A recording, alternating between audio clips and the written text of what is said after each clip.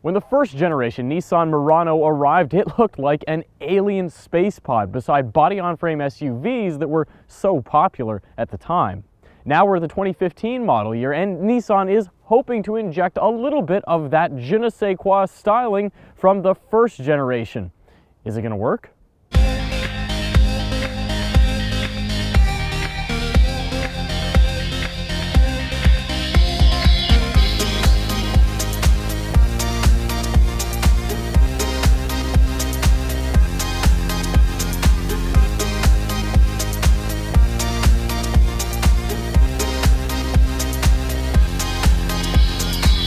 If there's one thing you can't deny about the new Murano, it is that it's a very fashion-forward vehicle.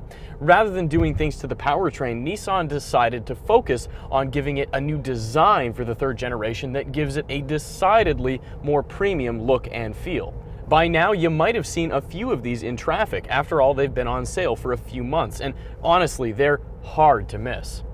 Nissan's designers gave the third generation Murano a much lower coefficient of drag, and that helps the aerodynamics, which means that cabin noise is reduced and ostensibly fuel economy is also going to be improved as well. That's not so obvious from the curb, but the rest of the new design certainly is. In fact, Nissan stayed pretty true to the concept preview that you might remember from about a year and a half ago, and even if you don't, here are some of the things that are going to catch your eye. The company says that it uses boomerang-style head and tail lights, and those are impossible to miss. Not only that, but you also get this wraparound style window setup that gives the roof almost a floating look.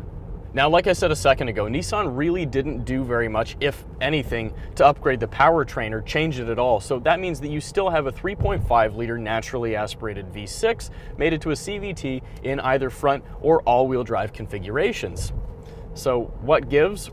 Well, it turns out that really, that's a pretty good formula. In fact, the company says that its 260 horsepower powertrain should be able to deliver up to 28 miles per gallon on the highway or 20 in the city. And surprisingly enough, that's actually about the same as what Ford claims with its new Edge that uses a 2-liter turbocharged 4-cylinder, which is really kind of remarkable when you take the differences in displacement into account. Of course, the Edge does it with a 6-speed automatic, and that brings its advantages and disadvantages. But in this case, we've got a CVT, and automotive reviewers like me tend to rag on those transmissions pretty regularly. But the fact of the matter is, it's not very noisy. It responds almost exactly like what most automatics do now, and it does a lot to help that V6 deliver pretty impressive fuel economy. In fact, I'm having no trouble at all getting this thing to live up to the EPA estimates, and that says an awful lot. You also get that rich V6 bellow that Infiniti's VQ engine family is known for, and it really is very, very nice. Now, when you think about the VQ engine family, you might think performance, and there's certainly no lack of power in this vehicle, but at the same time, the suspension is pretty soft, so the Murano really isn't exactly nimble on its toes. It absorbs broken pavement very nicely to make it an especially comfortable car to go cruising in. One of the only downsides in my mind is the fact that because it uses a CVT, it can't tow nearly as much weight. This vehicle is rated to pull 1,500 pounds at the absolute maximum, and that's relative to 3,500 in, for example, the Edge, which is arguably this thing's closest competitor. Then again, I'm not even sure that matters, and this is according to Nissan.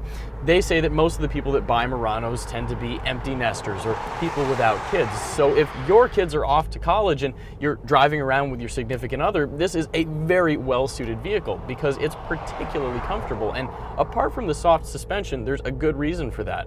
You might be familiar with Nissan's zero-gravity seats. That's kind of a cheesy name, but basically what they did was they worked to create an especially comfortable bucket seat that they first debuted in the Altima. In the Murano, it's available on both the front passenger and driver's seat, but also on the outboard rear seats, which means that it's an especially comfortable ride for people in the second row as well. One of the other improvements relative to the second generation Murano is that this model comes with significantly more legroom in the second row. It also has more than enough space for you to store 4 golf bags laying sideways without having to take the drivers out, which is a huge pet peeve of mine personally. The model I'm driving today comes in SL trim, and that comes with leather along with a whole lot of other options, including Nissan's surround view camera. But to be honest, I've driven the cloth seat models and it really isn't bad. I'm not even sure that I would want to upgrade to leather. And in fact, there's very little about this interior that feels inexpensive. Yes, there are some hard plastics, but Nissan's designers have done a spectacular job of hiding them. If anything, that's a hallmark for exactly how successful Nissan has been with designing a stylish cabin to go with the fresh exterior. I mean, you've got flowing lines that go from the driver door up onto the dashboard. You've got a simplified center stack compared to the old model that got rid of the dial and multi-directional buttons that controlled the navigation system in the previous generation. But one of the things I especially like is the fact that the USB port in the second row is able to pipe music into the stereo system to allow second row passengers to control the music just as easily as I can.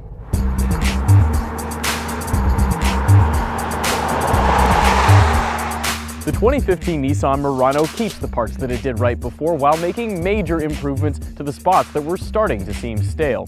It isn't pretending to be a truck-based SUV, and it never has been. Instead, it's 9/10 of a luxury crossover with a much lower price.